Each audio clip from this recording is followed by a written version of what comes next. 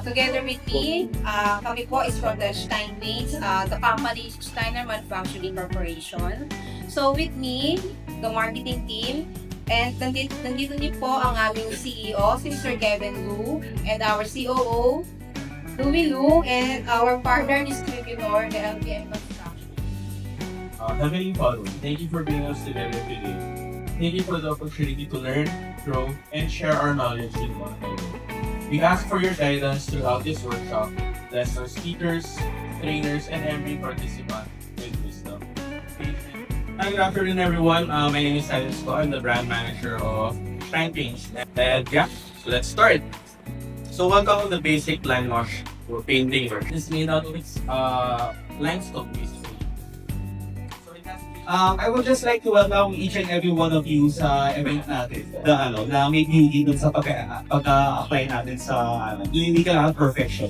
Kasi unlike sa latex na one stroke po tayo, we have various ways of how to present and how to enhance it. So, ayun. So, everybody, I hope you enjoy and have fun sa workshop, and then sana natutunan po natin ang iba-ibang ways of application. And ayun, thank you for coming. And kumukuha lang sila ng pigments sa mga flowers. Then inahadong po doon, that's the lime wash. Yun yung ibinibigay sa atin ng feel ng lime wash paint na hindi kayang ma-achieve na aesthetically na nagagawa ng latex, but hindi niya may bibigay yung feel ng foamy na ino-offer ng lime wash. Kasi si lime wash is used na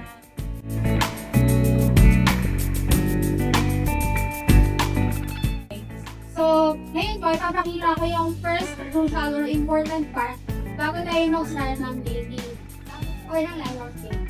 So, medyo malaki po yung surface na ina-applyan ko. May time kasi sana para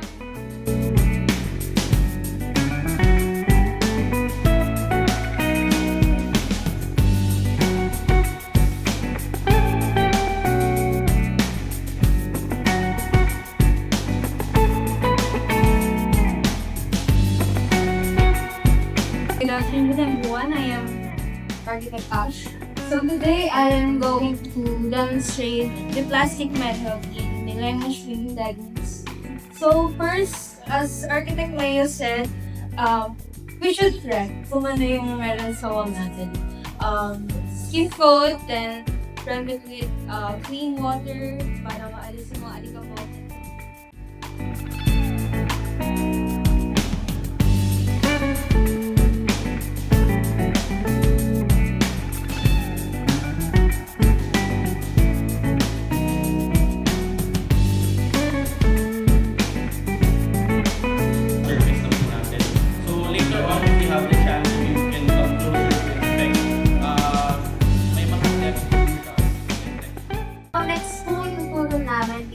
brush application technique.